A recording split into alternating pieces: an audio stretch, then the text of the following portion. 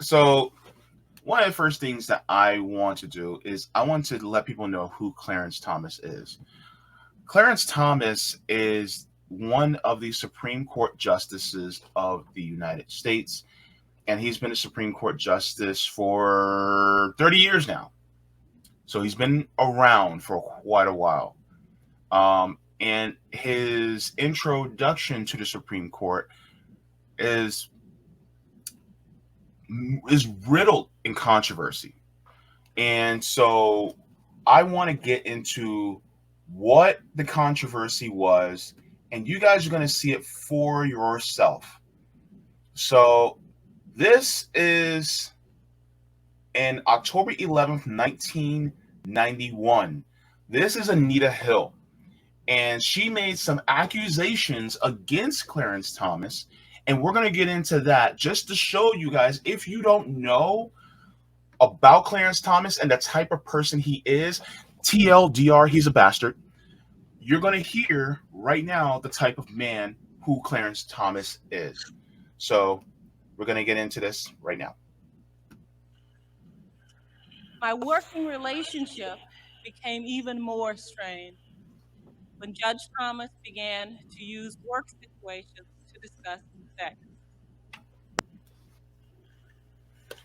On these occasions, he would call me into his office for reports on education issues and projects, or he might suggest that because of the time pressures of his schedule, we go to lunch at the government cafeteria.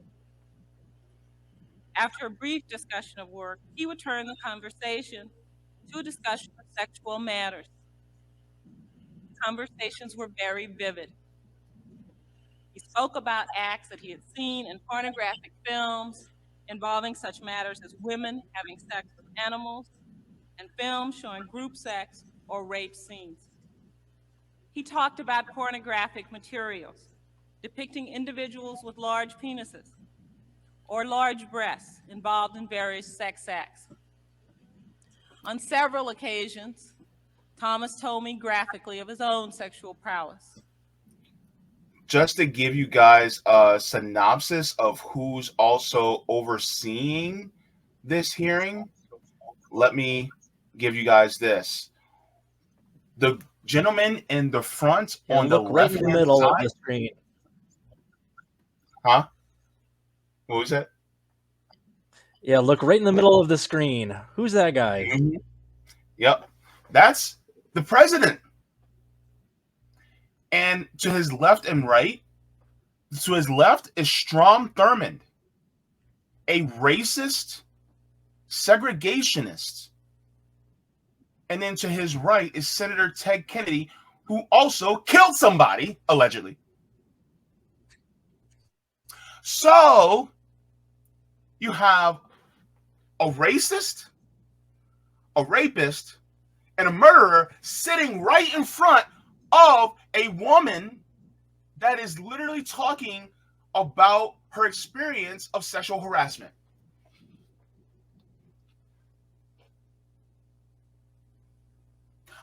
Look, I'm putting it this way. I'm not mincing no words. Am I, Robert? No, you never do. That's why I like you so much. Thank you. So you have Strom Thurmond, a racist, and then Joe Biden just talked to Tara Reid, right? And I think this is 2 years before he did what he did to Tara Reid, which means that if he had a history of doing that to Tara Reid, then he could have probably done some things earlier in his life to other women, allegedly. And then you have Senator Ted Kennedy. So really you have two Democrats, and I think Strom Thurmond was a Republican. It's hard to tell these days, right?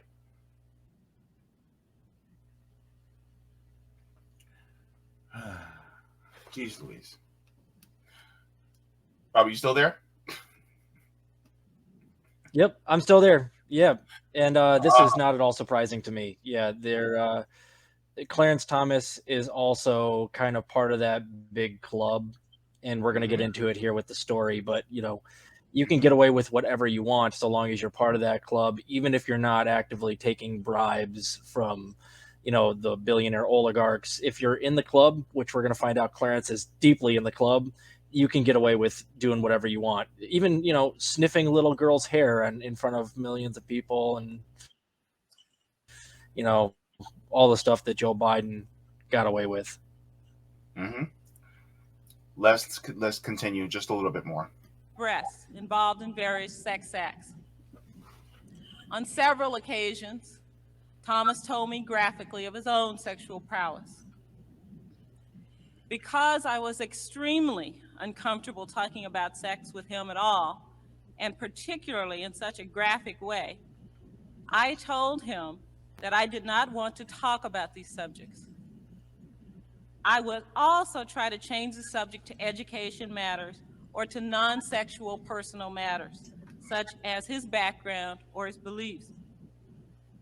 My efforts to change the subject were rarely successful.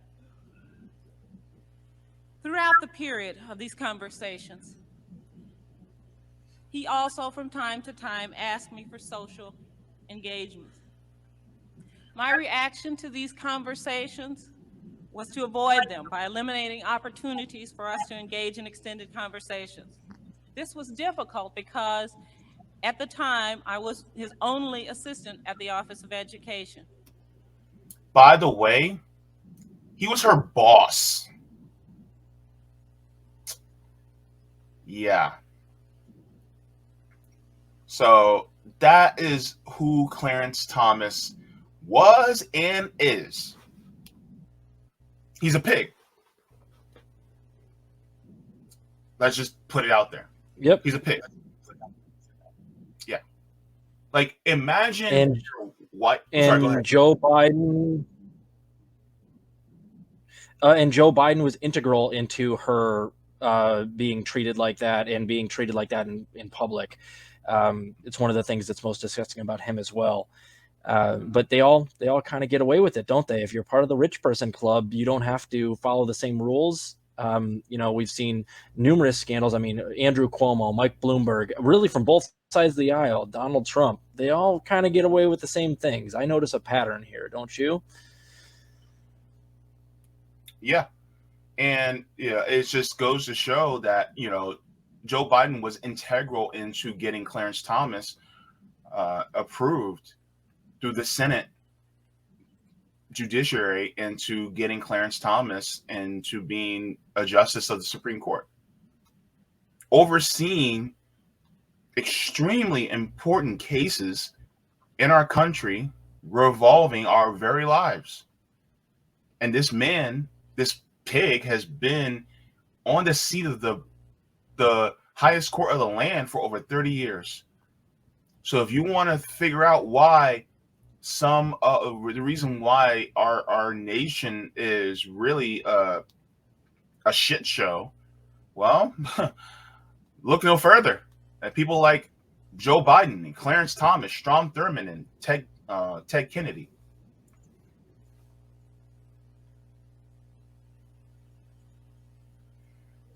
And oh yeah, Hen Steve says these things were not discussed in public. Anita Hill really suffered for her bravery. Yeah. And unfortunately, this happens a lot, especially to women. So the reason why I brought that video up is to give you guys a background into who Clarence Thomas is. Now, there's a story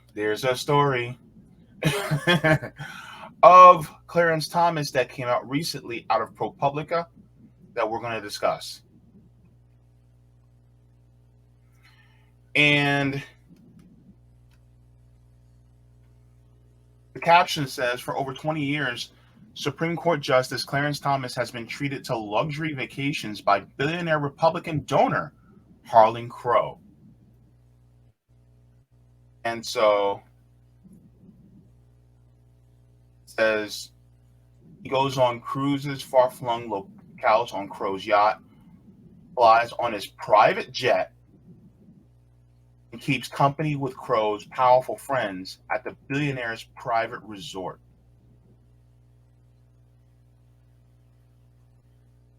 So, as the extent of Crow's largesse has never been revealed until now. So it says Clarence Thomas and the billionaire. So this is credit to Joshua Kaplan, Justin Elliott, and Alex Mierjeski.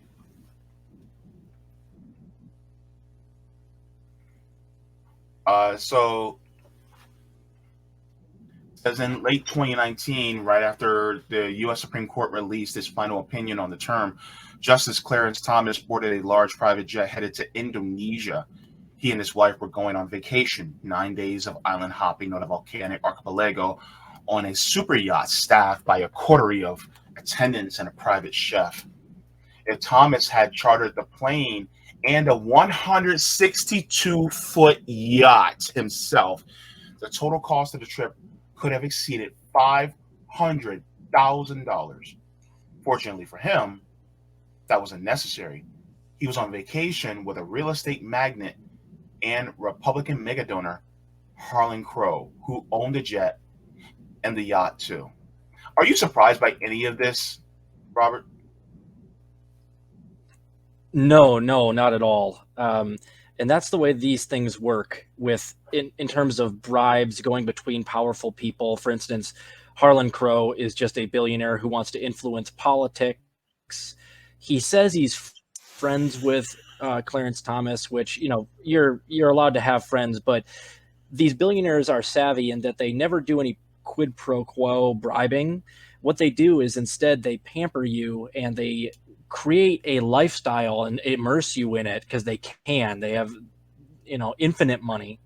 So what they do is they befriend somebody that they know is in a position of power that can give them help in the future. That's Congress people, that's the president, that's people on the Supreme Court, and they immerse you in a rich person, lavish, ostentatious lifestyle that you become addicted to. So they don't have to bribe you per se. They just wine and dine you so that you like them, and that you would never cross them or pass any legislation that would actually hurt said billionaire. So they're off the hook in terms of actually bribing, but what they're actually doing is they're creating a lifestyle that a lot of these people become addicted to, and they befriend them, they treat them nicely. They, hey, you got any unpaid parking tickets there, Clarence? I'll pay those for you. Don't you worry about it, because we're friends, right? We're friends. But then they know in the future, Clarence is never going to cross or rule using his position of power against people like Harlan Crow. So that's the way that this works. The big club protects itself. They have their own class interests, and Clarence Thomas, he's got this background like you're talking about right here. Yet we know that he'll never make a cross move in terms of giving women right to their own bodies, for instance, via the Supreme Court. He'll never do anything that goes against the class interests of people like Harlan Crow. And the Harlan Crow is not an anomaly. All the billionaires do this exact same thing. They recognize where the power centers are and they buy them out, but it's not like they just hand them a duffel bag full of money. They will, like they do with doctors to push something like OxyContin or new medicines, is that the big pharma billionaires and their legion of lobbyists go into doctor's office. They say, hey, look, I want you to look into this new drug that we've created here. And it's extremely expensive, but it's got some, good things about it. It's got some bad things about it. But here, we're gonna fly you out to Barbados, and we're gonna tell you all about this new drug that we've got, and we're gonna pay for it, all expenses paid. We're gonna have you eat at the finest areas. You're gonna stay at a 5-star hotel, and you're gonna spend a week out there learning about this new drug. So it's not really a bribe; it's a kickback, and they create a situation where the doctors can't possibly say no, and they just treat them really well. So the next thing you know, those doctors go out there and prescribe those drugs in droves. Same thing with Clarence Thomas in this situation. They're the billionaire moneyed interests just buy you out by raining lavish lifestyle down upon you, and that's what's going on here. Yeah, And thank you for that breakdown, because a lot of people aren't realizing that this is literally going on in the United States Supreme Court as we speak. And the fact is that it's part of my question is, who else is this happening to? Who else is doing this? Because you have Kagan, Sotomayor, Kennedy, um, Roberts, um, Coney Barrett, and oh my God, what's that? What's that Kavanaugh. asshole's name? Kavanaugh. Sorry, Kavanaugh. Yeah. So yeah, you have those people, and it's just like, who, like, the hell? Anywho, I'm pretty sure that they're getting, they're getting a little something something. They're getting their palms greased. You know. Let's continue. It says, for more than 2 decades, Thomas has accepted There's always a way. luxury. There's always a way. Absolutely. For more than 2 decades, Thomas has accepted luxury trips virtually every year from the Dallas businessman without disclosing them. Documents and interviews show. It says, for more than 2 decades, it says, a public servant who has a salary of $285,000. He has vacation on Crow's super yacht around the globe. He flies on Crow's Bombardier Global 5000 jet. I'm gonna let you guys in on what this jet looks like. This jet, I ain't gonna lie, this jet is actually beautiful. As somebody who kind of likes planes, this jet is beautiful. It probably pollutes like a bastard, but it's still nice to look at, though. Let's see. This is the jet. Bombardier Global 5000.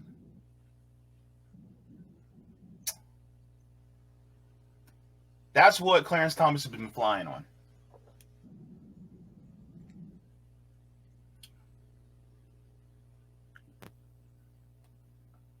Robert, your reaction.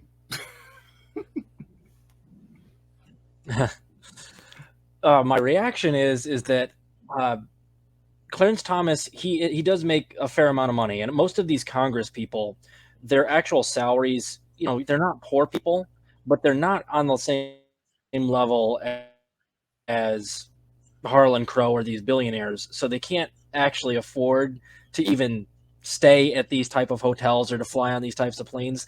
The only way that they can kind of live the super rich lifestyle is if they sell out and they use their position of power to kind of get in with these people.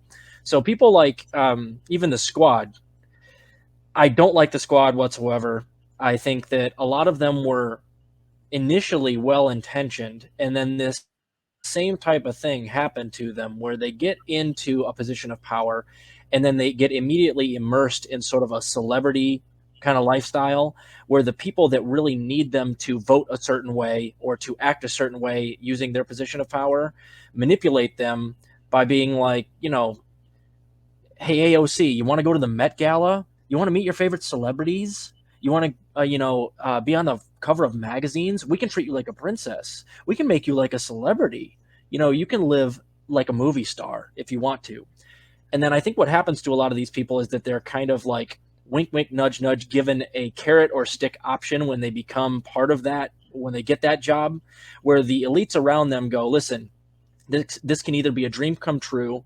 You can go to these, elegant retreats like Clarence Thomas was going to, which if we're going to read part of the article, we'll go over the part where the billionaire actually had an exact replica of Hagrid's hut from the Harry Potter movies built on the hotel grounds. That's how ostentatious this is. Right? And they tell these people, yeah, do you want these ridiculous things that are completely out of your reach, even as a very wealthy person, to be part of your life? Because if you want that, then you can have that. We're going to play nice as long as you play nice.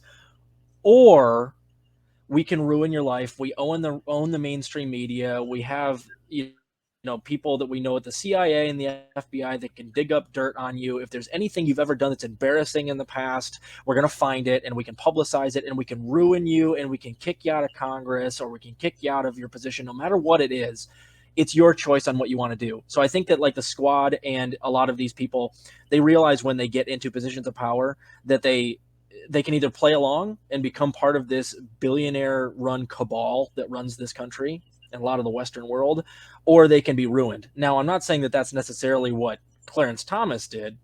I don't know. But I think a lot of the Congress people, like the Squad, they had good intentions. Like Cori Bush, I'm fairly certain she had good intentions. And then she got in there and she's like, well, shit, I can either take this book deal that they're offering me and make a ton of money off of other things, other connections that I can make within the Democratic Party apparatus, or I can be like a 2-year congressperson and they'll destroy me if I don't play along. So I it's so all-encompassing and influential that a lot of these people, they get in there, there's no way to get out, and they just succumb to this lavish lifestyle that makes it super easy on them so long as they make horrible decisions for the American people. And that's what Clarence Thomas and really most of the Supreme Court has been doing as long as I've been alive anyway. Yeah, absolutely. And the thing is that a lot of people are just not aware of this. And this is one of the reasons why we talk about things like this, because I don't think this is limited to just Clarence Thomas. It continues, says he has gone with Crow to the Bohemian Grove, an exclusive California all-male retreat, and to Crow's sprawling ranch in East Texas. And Thomas typically spends about a week every summer at Crow's private resort in the Adirondacks. Now, I was like, what in the hell is the Adirondacks? So I had to look it up. I was like, what? Like, Robert, have you ever heard the Adirondacks? Yeah, yes, I have. Yeah, it's show everybody what that is. Okay. This is crazy, guys. Like, yo. Okay, if you just Google the Adirondacks, bro, this is the Adirondacks. Like, dude. Look at this. Yeah. It's like the mountain range you see in the backdrops of movies. Yeah. This is wicked. Look at this town, bro. Bro, look at this town. Yeah. And remember that vacation that Clarence Thomas just went on, right? Estimated $500,000. He makes $285,000 a year, which is a lot of money, but it would still take him 2 years at least, just if he saved everything he frickin' made to just go on that vacation. So that's the way they get you. Is like these people have unlimited wealth. They can buy and sell politicians who are just like normal, everyday rich people, and they can do whatever they want. They can get them to do whatever they want by showering these things upon them. Jeff Bezos, I think his yacht has a yacht inside of it. Like it has a helipad. It has a helipad, and all he's got to do, and I'm sure it goes down. I don't know if anybody's looked into it, but I'm sure that Jeff Bezos wines and dines, politicians or people that are judges, local politicians, city council people. If they're playing a part in the plan that these billionaires have to keep everything under control, you better believe they're being invited on these lavish, super yachts and super planes and out to private islands. We don't have to go down this rabbit hole, but I mean, you just saw what happened with Epstein. He's not an anomaly. These billionaires and people that have all this influence, there wasn't just like one Epstein. He's part of a web and a connection network that all do this same type of thing. Yeah. So when I heard this, I was like, what in the hell is the Adrian? Like, this is the Adirondack Historic Lodge. This is a bro, you know what this looks like? This looks like the Grand Floridian at Walt Disney World. Yeah. Yep. And the hotel that The hotel that Harlan Crow invited Clarence Thomas to it's not that big, but it's just as opulent looking. I mean, it's invite only. You're only allowed to go to it. It's not open to public, no matter how much money you have. You have to be Yeah. invited by Harlan Crow. And of course, Clarence Thomas, who would never have a taste of anything like that, the only way he could go is if he gets an invite from Harlan Crow. So it's not a quid pro quo, but it's like, you scratch my back, I'll scratch yours. And this is how it works between all of these rich people and Congress people and judges. And Man, this is some shit. All right. So that's what I had to stop and be like, what in the hell was that? Just in case anybody's curious, because look, I'm so broke, I never even heard of the Adrian Acts. Dear God. Okay. So it says the extent and frequency of Crow's apparent gifts to Thomas have no known precedent in the modern history of the U.S. Supreme Court. These trips appeared nowhere on Thomas's financial records. His failure to report the flights appears to violate a law passed after Watergate that requires justices, judges, members of Congress, and federal officials to disclose most gifts, two ethics law experts said. He also should have disclosed his trips on the yacht, these experts have said. Thomas did not respond to a detailed list of questions. In a statement, Crow, the billionaire mega donor, acknowledged that he'd extended quote-unquote hospitality to the Thomases over the years, but that the Thomases never asked for any of it. This is the key. And it was, quote, no different from the hospitality that we have extended to our many other dear friends. Bullshit. I am calling bullshit right now. Dear God. If you look into who those dear friends are, most of them are going to be people that are in positions of power that need to be wined and dined for the purposes of pushing Harlan Crow and his family's like political ideology. Yeah, I'm sure he does have actual friends, but a lot of the people that end up being his friends are just people that they're, subtly manipulating. That's like being in a monogamous relationship and you have sex with somebody outside of that relationship, and then that person goes, we weren't having sex. This person was just scratching the itch that I needed to be scratched. Yep. And it's just to avoid actually, physically giving money or bribes. But it's just the same. It's just the same thing. Yeah. It continues, says, through his largesse, Crow has gained unique form of access, spending days in private with one of the most powerful people in the country. That's control, bro. That's control. Like, what? It says, by accepting the trips, Thomas has broken long-standing norms for judges' conduct. Ethics experts and 4 current or retired federal judges have said, it is incomprehensible to me that someone would do this. That was said by Nancy Gertner, the retired federal judge appointed by President Bill Clinton. She says, Virginia Cantor says, former government ethics lawyer who served as administration of both parties, said that Thomas seems to have completely disregarded his higher ethical obligations. When a justice's lifestyle is being subsidized by the rich and famous, it is absolutely corrodes public trust. It doesn't just corrode public trust, though, right, Robert? It's more than that. Yeah, well, it definitely does. And what the problem here is that, you have to disclose, like I'm talking technically as far as the law goes, you have to disclose if you're being given any gifts by like this, right? It's to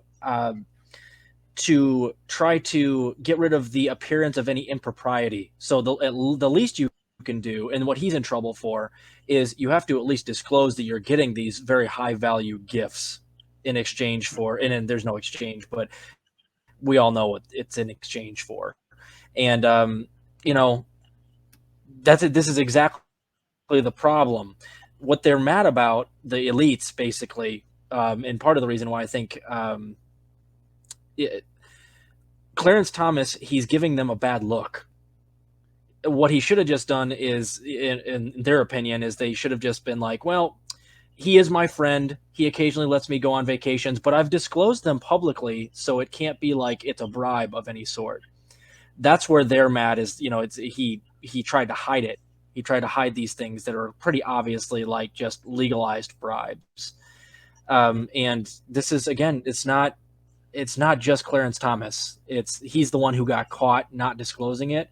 And even other judges like Mrs. Gertner are saying, this is obvious corruption. This is obvious because you have to, when you take the job of judge, particularly if you're on the Supreme Court, you have to do everything by the book, and you have to disclose all of this stuff. So you don't even give the appearance of impropriety.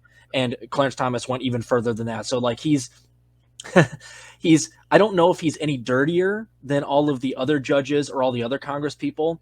He's just the one who like straight up wasn't even disclosing it and got in trouble for it. It's like Nancy Pelosi, if she got caught not disclosing that she's doing insider trading instead of doing what she's actually doing, which is just insider trading out in public and disclosing it and just pretending like that's okay. He is that dirty. And by the way, guys, Yeah. make sure to like the stream, as well as if you haven't subscribed yet, then please make sure to subscribe. But yeah, so I just want to, dude, this article was bombshell. Okay, so it continues, says Crow met Thomas after he became a justice. So he was already a justice when Crow met him. So this isn't, oh, we've been buddies ever since college. No. This was after he became a Supreme Court justice, which means he was already in the seat of power. It says the pair have become genuine friends according to people who know both men.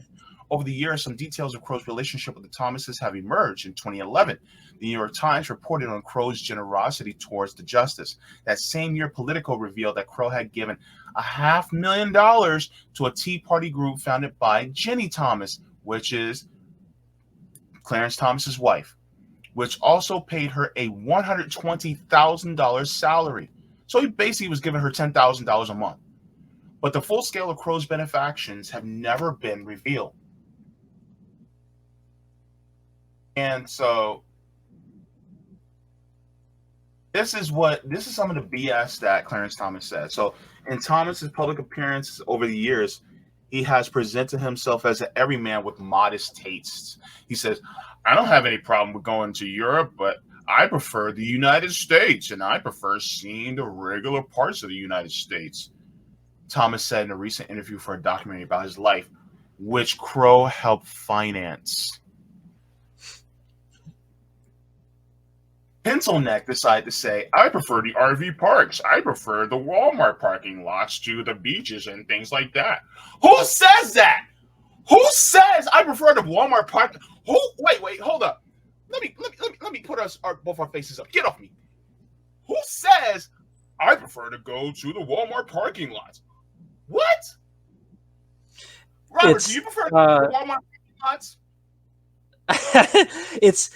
This is the over elaboration of a bad liar.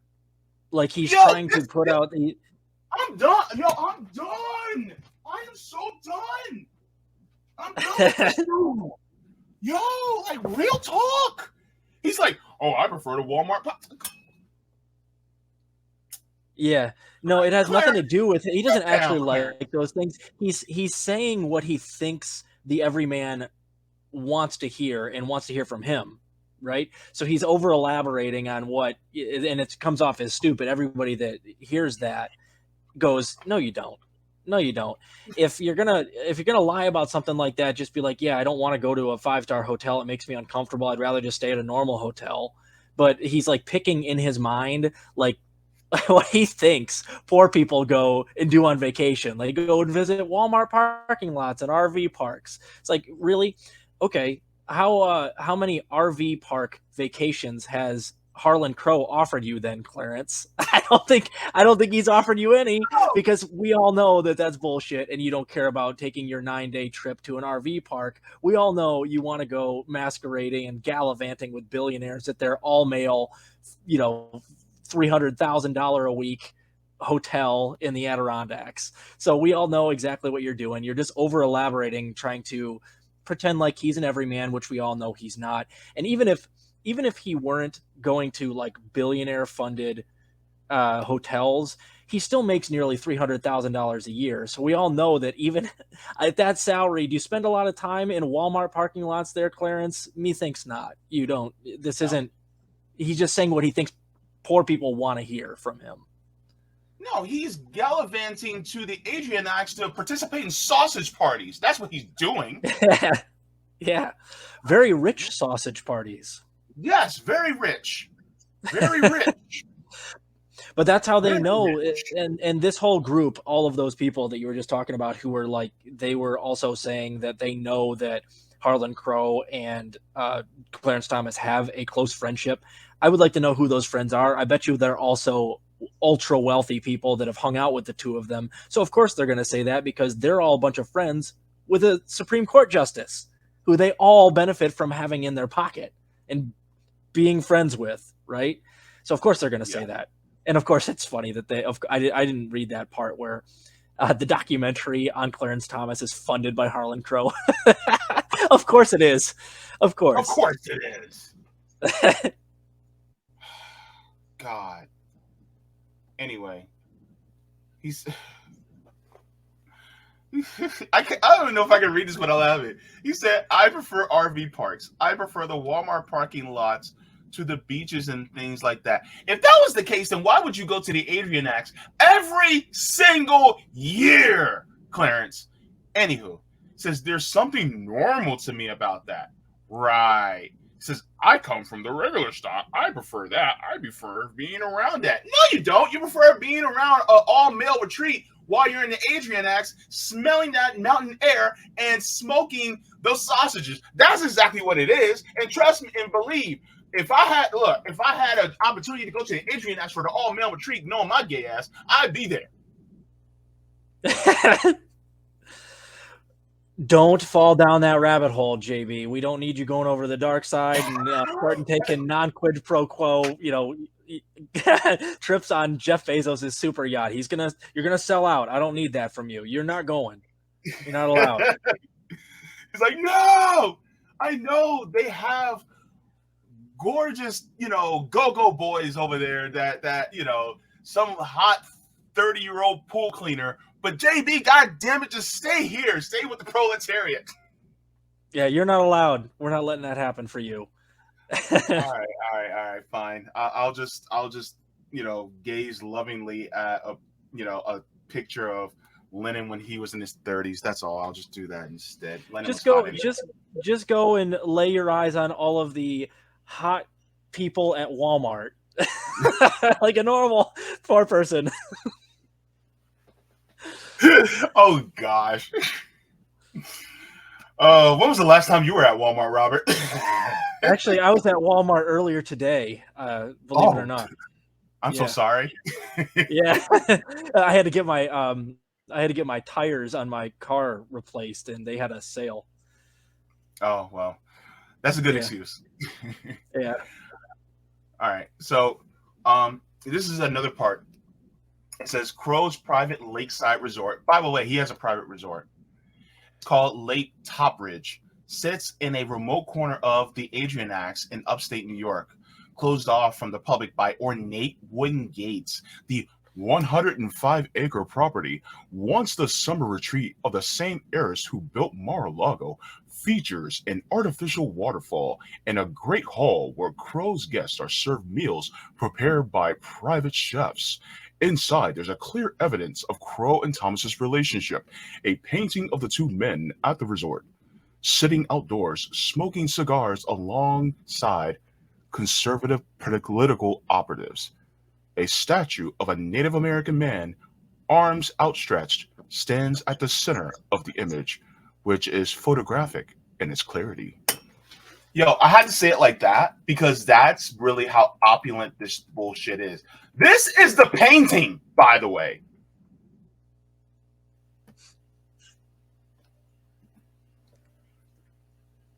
So there's these two besties right here on the right? And then here's the three political operatives on the left. And then they have the nerve the nerve to sit there in front of a statue of a indigenous man while they are occupying a space that really belongs to the indigenous. Yeah, right. I'm sorry, but could this get any more gross? Yeah, if there was like a if the statue in the background was wearing like a tie-dye gay pride shirt, or maybe Clarence Thomas was wearing like a Ukraine, like a blue and yellow t-shirt or something, like it's almost satire. It almost is. It's kind of ridiculous. Yeah. Like, dude. Dear God, these guys. All right, so let's continue. Oh, gosh. It says the painters captured the scene around 5 years ago. So this was 5 years ago. It says Sharif Tarabe, the artist who was commissioned by Crow to paint it. Thomas has been vacation at Top Ridge virtually every summer for more than 2 decades. I thought he said that he liked to go to Walmart parking lots. He's probably, if he's been there, for every year for the last 2 decades, that's like 20 times. I'd be willing to bet he's been there more times than he's actually been to Walmart himself.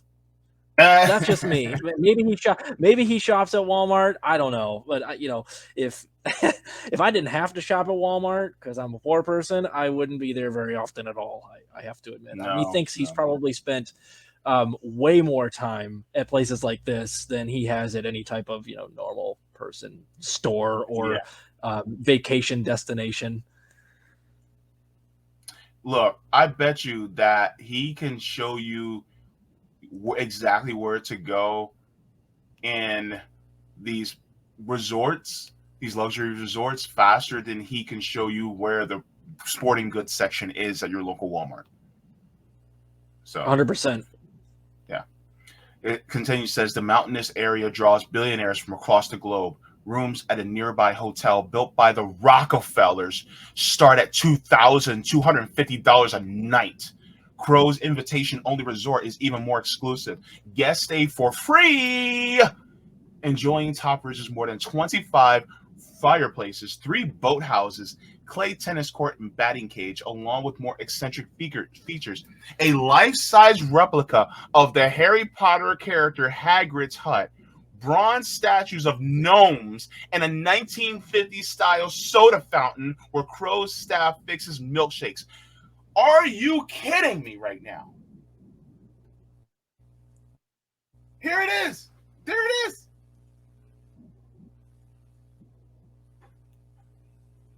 Look at that. Good God. Oh my gosh. During one trip at July 2017, Thomas' fellow guests included executives at Verizon and PricewaterhouseCoopers, major Republican donors, and one of the leaders of the American Enterprise Institute, a pro-business conservative think tank, according to records reviewed by ProPublica. The paintings of Thomas at Top Ridge show him in conversation with Leonard Leo, the Federalist Society's leader, regarded as an architect of the Supreme Court's recent turn to the right. Now, I also want to show you guys this. This is what made me laugh. It says, Crow has deep connections with conservative politics. No shit, Sherlock. The heir to a real estate fortune. He's an heir, by the way. Everybody talks about, oh, you got to pull yourself up by your bootstraps. Apparently, Crow hasn't. Crow oversees his family's business empire and recently named Marxism as his greatest fear. What do you guys say about that, Robert?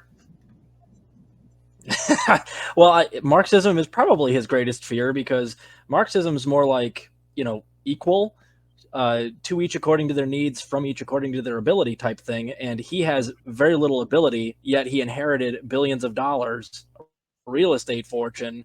So yeah, if there was a Marxist society, his way of life, the life where you're building Hagrid's replica hut in your front lawn and you have a super yacht with a helipad on it, that way of life goes extinct if there was a Marxist society. So of course, Marxism probably is his greatest fear. But as a Marxist, I would love nothing more than for there to be no more people like Harlan Crow. And if the people, I don't have a problem with people making some money, but at the same time, the days of this person owning this amount of, like, what was it, over 100 acres, 102 acres or whatever, and having mansions that they invite heads of state out to, and people that run think tanks, that lifestyle is gone in my world, in my ideal world. So I'm not surprised that he's afraid of Marxism. It would put an end to all of this, all of these rich kids being able to buy whatever they want.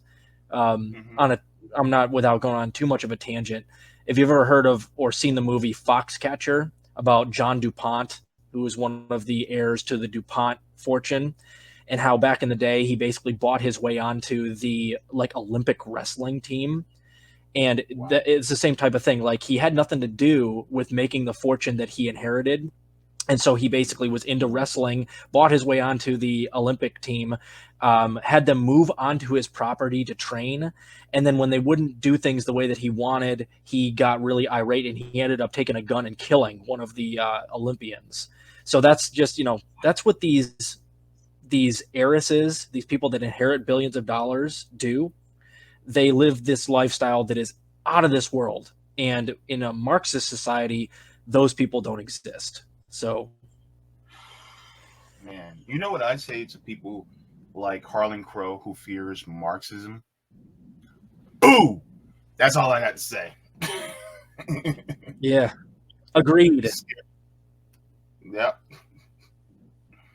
It's coming. Marxism's gonna get you. Marxism's gonna get you. Anyway.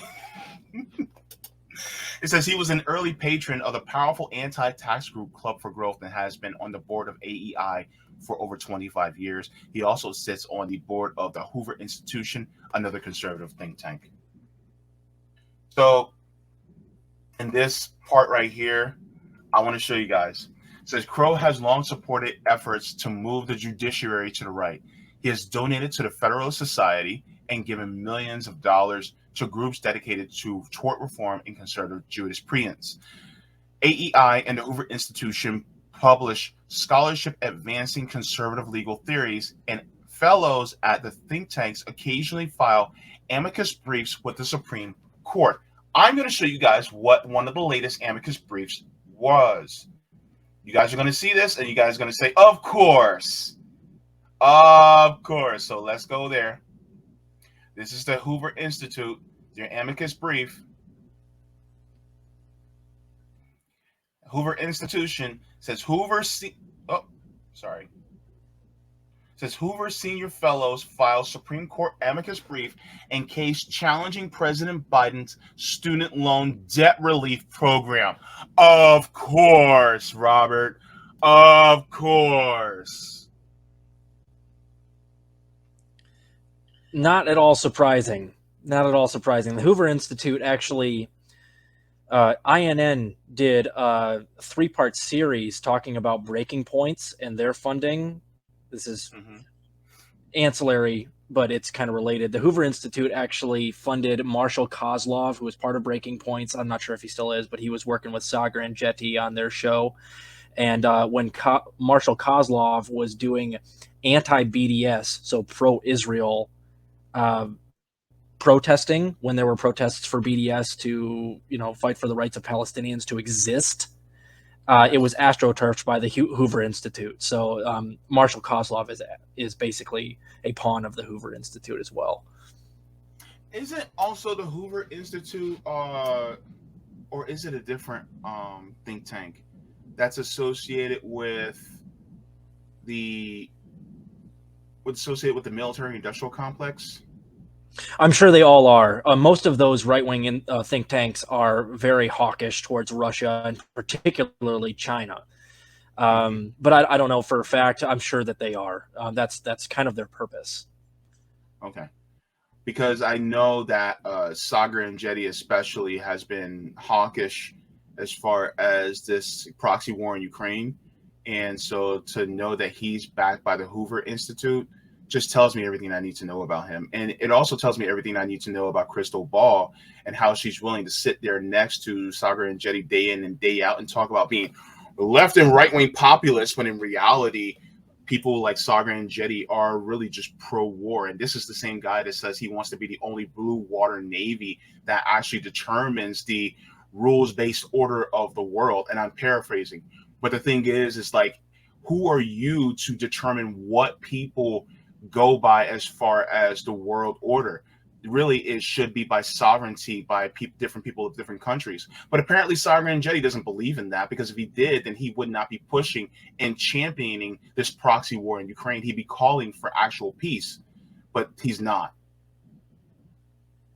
Yeah. In that expose that we wrote up at INN, it talks about the Hudson Institute as well, and trying to remember, Reid Hoffman, who is basically like Pierre Omidyar, part of the PayPal mafia, who is that big group of guys that are philanthropists who basically are shaping the way that like information gets shared and media operates right now, basically creating the new propaganda apparatus for the 21st century. He also, Reid Hoffman, donates to, and I don't know if he still does, but definitely did in the past, Breaking Points. And the Hudson Institute is a right-wing think tank similar to the Hoover Institute. And they, Sagar and Jetty also, he cut his teeth. He got his start at the Institute for the Study of War. So that explains to you why he goes out there and he's hawkish on China, pushing the Uyghur genocide nonsense, all of that stuff. Right, there it is. Indie leftist. That's right. Yep. And I covered that. Their Breaking Points is more or less mainstream media that's doing a slightly better job of trying to hide that they're actually funded by billionaires, but they're not doing a very good job. We exposed all of this at INN. There's a great write-up. It's a 3-part piece on our Substack.